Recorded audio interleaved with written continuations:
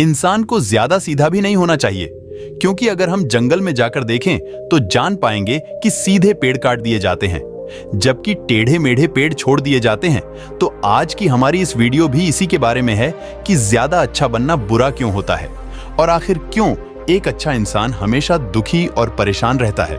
तो ये सब हम जानेंगे एक कहानी के माध्यम से। एक बार एक व्यक्ति बौद्ध भिक्षु के पास आता है और कहता है, मास्टर, मैं एक बहुत ही सीधा और अच्छा व्यक्ति हूं। इतना सीधा कि आपने आज से पहले मुझसे सीधा व्यक्ति नहीं देखा होगा। मैं हमेशा ही सबकी मदद करने की कोशिश करता हूं, सबको खुश रखने की कोशिश करता हूं, लेकिन सब मेरा फायदा उठाते हैं, मेरा मजाक बनाते हैं और कोई भी मुझे गंभीरता से नहीं लेता। यहां तक कि मेरे घर वाले भी मेरी इज्जत नहीं करते और न ही घर के किसी महत्वपूर्ण काम में मेरी राय लेते हैं, जबकि अपने दोनों भाइयों की तुलना में मैं सबसे ज्यादा काम भी करता हूं। घर वालों की बात भी मानता हूं, माँ बाप की सेवा भी करता हूं और घर के सभी लोगों को खुश रखने की कोशिश करता हूं, लेकिन मेरी भावनाओं को कोई भी नहीं समझता। सब मेरा फायदा उठाते हैं। आखिर मेरे साथ ही ऐसा क्यों होता है? व्यक्ति की पूरी बात ध्यान से सुनने के बाद बौद्ध भिक्षु बोले, किसने कहा कि तुम एक सीधे और अच्छे व्यक्ति हो? असल में तुम एक अच्छे व्यक्ति होने का दिखावा कर रहे हो। यह सुन उस व्यक्ति को बुरा महसूस हुआ, लेकिन वह फिर भी बौद्ध भिक्षु की बात सुनता रहा। बौद्ध भिक्षु ने उससे पूछा, अच्छा बताओ कि तुम हर व्यक्ति की मदद क्यों करना चाहते हो? क्यों तुम सबको खुश रखने की कोशिश करते हो? व्यक्ति ने कहा, ताकि सामने वाला व्यक्ति मुझे भी खुश रखे, मेरी बात माने, मेरी इज्जत करें, मेरी भावनाओं को समझें और मुझे एक अच्छा इंसान माने। बौद्ध भिक्षु ने कहा, बस यही तुम्हारी समस्या है कि तुम दूसरों को खुश रखने का प्रयास कर रहे हो ताकि वो भी तुम्हें खुश रखे। तुम अपनी खुशी दूसरों के अंदर ढूंढ रहे हो। तुम दूसरों की नजरों में अच्छा और खुद की तारीफ सुनने के लिए सामने वाली की जी हुजूरी कर रहे हो और उम्मीद कर रहे हो कि सामने वाला भी तुम्हारे साथ ऐसा ही व्यवहार करेगा। तो ऐसा नहीं होता है, क्योंकि कोई भी ऐसे व्यक्ति को गंभीरता से नहीं लेता है जो लोगों की हर बात में हाँ में हाँ मिलाता है। अब मैं तुम्हें कुछ ऐसी आदतें बताता हूं जो तुम और तुम्हारे जैसे खुद को अच्छा मानने वाले लोगों के अंदर होता है। पहली आदत, खुद को अच्छा मानने वाले लोग यह दिखाने की कोशिश करते हैं कि वह लोगों का ध्यान रखते हैं। उन्हें लोगों की चिंता है, इसीलिए वह सबकी मदद करने पहुंच जाते हैं, फिर चाहे सामने वाले को उनकी मदद की जरूरत हो या ना हो। दूसरी आदत, खुद को अच्छा मानने वाले लोग दूसरों से खुद की तारीफ के भूखे होते हैं, इसीलिए वह ज्यादातर मौकों पर वही काम करते हैं जिससे सामने वाला खुश हो और उनकी तारीफ करें अगर उन्हें लगता है। अगर उन्हें लोगों की चिंता है, इसीलिए वह सबकी मदद करने पहुंच जाते हैं, फिर चाहे सामने वाले को उनकी मदद की जरूरत हो या ना हो। दूसरी आदत, खुद को अच्छा मानने वाले लोग दूसरों से खुद की तारीफ के भूखे होते हैं, इसीलिए वह ज्यादातर मौकों पर वही काम करते हैं जिससे सामने वाला खुश हो और उनकी तारीफ करें। अगर उन्हें लगता है कि किसी काम से सामने वाला नाराज हो जाएगा, उन्हें लोगों की चिंता है, इसीलिए वह सबकी मदद करने पहुंच जाते हैं, फिर चाहे सामने वाले को उनकी मदद की जरूरत हो या ना हो। दूसरी आदत, खुद को अच्छा मानने वाले लोग दूसरों से खुद की तारीफ के भूखे होते हैं, इसीलिए वह ज्यादातर मौकों पर वही काम करते हैं जिससे सामने वाला खुश हो और उनकी तारीफ करें। अगर उन्हें लगता है कि किसी काम से सामने वाला नाराज हो जाएगा, तो वह उस काम को हाथ तक नहीं लगाते हैं। तीसरी आदत, खुद को अच्छा मानने वाले लोगों को लगता है कि उन्हें अपनी कमियों और कमजोरियों को दूसरे लोगों से छुपाना चाहिए, क्योंकि उन्हें लगता है कि अगर दूसरों को उनकी कमियों और गलतियों के बारे में पता चल गया तो लोग उनका मजाक बनाएंगे, उनकी बेइज्जती करेंगे, उन पर गुस्सा होंगे और उन्हें एक कमजोर व्यक्ति मानेंगे। चौथी आदत, अच्छे लोग खुद की जरूरत है तो भी खुद की प्राथमिकताओं को सबसे ऊपर रखने से डरते हैं, क्योंकि उन्हें लगता है कि ऐसा करने से दूसरे लोग उन्हें स्वार्थी समझेंगे और फिर दो लोगों की नजरों में एक अच्छे इंसान नहीं रह जाएंगे। पांचवी आदत, खुद को अच्छा समझने वाले लोग मानते हैं कि वह केवल तभी खुश रह सकते हैं जब उनके आसपास का हर इंसान खुश रहे, इसीलिए वह अपने आसपास के हर व्यक्ति को खुश रखने की कोशिश करते हैं।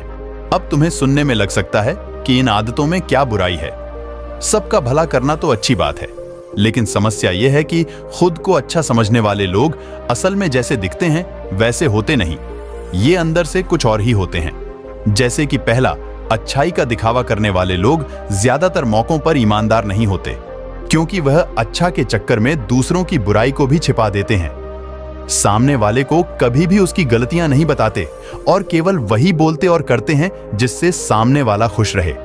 दूसरा, खुद को अच्छा समझने वाले लोग दूसरों को खुश करने के पीछे इतने पागल होते हैं कि वह कई बार जरूरी और दूसरों के लिए महत्वपूर्ण बातों और कामों को भी उनसे छुपा कर रखते हैं और उन्हें बताते नहीं हैं ताकि सामने वाला उनसे खुश रहे।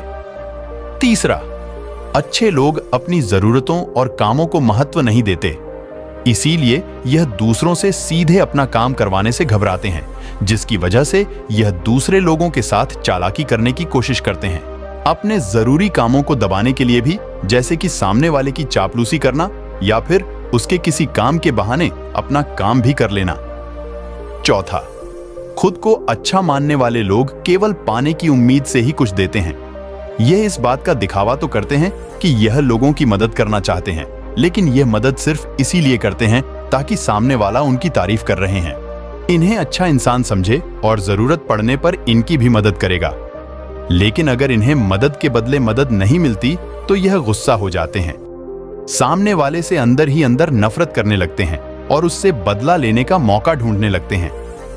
पांचवा, खुद को दिखाने वाले लोग दूसरों को नहीं बोल पाते, उन्हें मना नहीं कर पाते और दूसरों के काम करने के चक्कर में यह अपने और अपने परिवार के जरूरी कामों को भी पूरा नहीं कर पाते।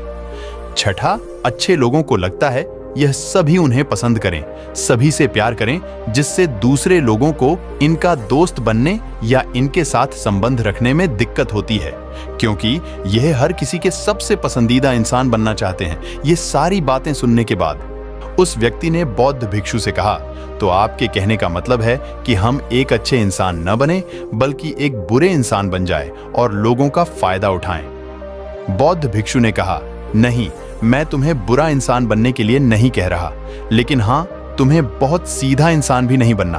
अब मैं तुम्हें बताता हूं कि एक व्यक्ति को कैसा इंसान बनने का प्रयास करना चाहिए। दोस्तों, इंसानी स्वभाव और उसकी अच्छाई व बुराई के बारे में अगर सबसे ज्यादा किसी ने बात की है तो वह है अखंड भारत के निर्माता, राजनीति के महामंडित आचार्य चाणक्य, जिन्होंने अपनी किताब चाणक्य नीति में इंसानी स्वभाव और दुनिया भर की तमाम चीजों के बारे में विस्तार से चर्चा की है।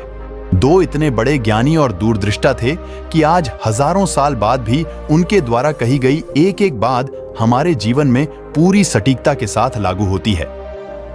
बौद्ध भिक्षु ने कहना शुरू किया, तुम्हें एक सीधा और दूसरों की नजरों में अच्छा इंसान बनने की तुलना में एक सुलझा हुआ इंसान बनने का प्रयास करना चाहिए। एक सुलझा हुआ इंसान वो होता है जिसे सबसे अच्छा इंसान बनने का कोई शौक नहीं है। वह जैसा है वैसा ही खुद को पसंद करता है। वह जानता है कि वो एक इंसान है और उसमें बहुत सी कमियां हैं और वह अपनी कमियों को स्वीकारता भी है। एक सुलझा हुआ इंसान हो यह भी अच्छे से जानता है कि उसे ही अपने परिवार को चलाना है और आगे बढ़ना है, वरना उसके साथ साथ उसके परिवार का जीवन भी परेशानियां में पड़ जाएगा। हो सकता है कि उसकी ऐसी सोच की वजह से उसके आसपास के लोग, उसके मित्र या रिश्तेदार उससे नाराज हो जाएं। तुम एक साधारण इंसान हो और एक साधारण इंसान की सोच के साथ अगर तुम सबको खुश रखने का प्रयास करोगे तो तुम हमेशा दुखी रहोगे, क्योंकि तुम्हारी भी सामने वाले से उम्मीदें बढ़ेंगी और जब वो उम्मीदें पूरी नहीं होंगी तो तुम दुखी हो जाओगे। इसीलिए जो इंसान यह कहता है कि मैं सबकी मदद करूंगा, सबको खुश रखूंगा और मुझे बदले में किसी से कुछ भी नहीं चाहिए, यहां तक कि अपनी तारीफ भी नहीं, तो पहले उस इंसान को बुद्धत्व प्राप्त कर लेना चाहिए, क्योंकि एक आत्मज्ञान को प्राप्त व्यक्ति किसी से कोई उम्मीद नहीं रखता।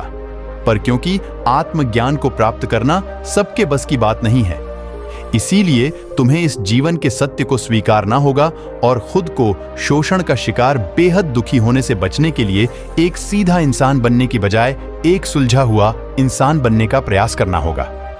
अब मैं तुम्हें बताता हूं कि एक सुलझे हुए इंसान में क्या क्या विशेषताएं होती हैं। पहली विशेषता, यह अपनी और अपने चाहने वालों की जरूरतों को ऊपर रखते हैं। इसका मतलब यह नहीं है कि ये लोग दूसरों की जरूरतों को कम समझते हैं या फिर दूसरों को गिराकर खुद ऊपर बढ़ने की कोशिश करते हैं, बल्कि इसका मतलब यह है कि ये लोग दूसरों की फालतू जरूरतों के लिए तब तक उपस्थित नहीं होते जब तक कि इनकी खुद की महत्वपूर्ण जरूरतें पूरी ना हो जाएं।